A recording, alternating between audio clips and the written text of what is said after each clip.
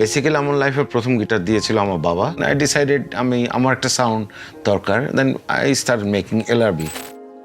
2018 সালে 18 অক্টোবর সারা বিশ্বের অগণিত ভক্ত শ্রোতাকে কাঁদিয়ে চলে গেলেন বাংলাদেশের ব্যান্ড সঙ্গীতের এক অগ্রপথিক আইয়ুব বাচ্চু।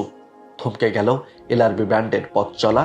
সেই থেকে বাংলাদেশ ব্যান্ড সঙ্গীতে কেটে গেল আইয়ুব বাচ্চুহীন 6টি বছর। এই শূন্যতা পূরণ হওয়ার নয়, তবে আইয়ুব বাচ্চুর ভক্তদের জন্য এলো আনন্দ সংবাদ।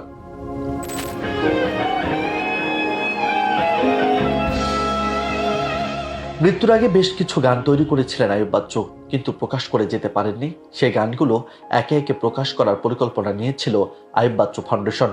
পরিকল্পনার প্রথম গানটি প্রকাশ পেতে যাচ্ছে আগামী 1 ডিসেম্বর।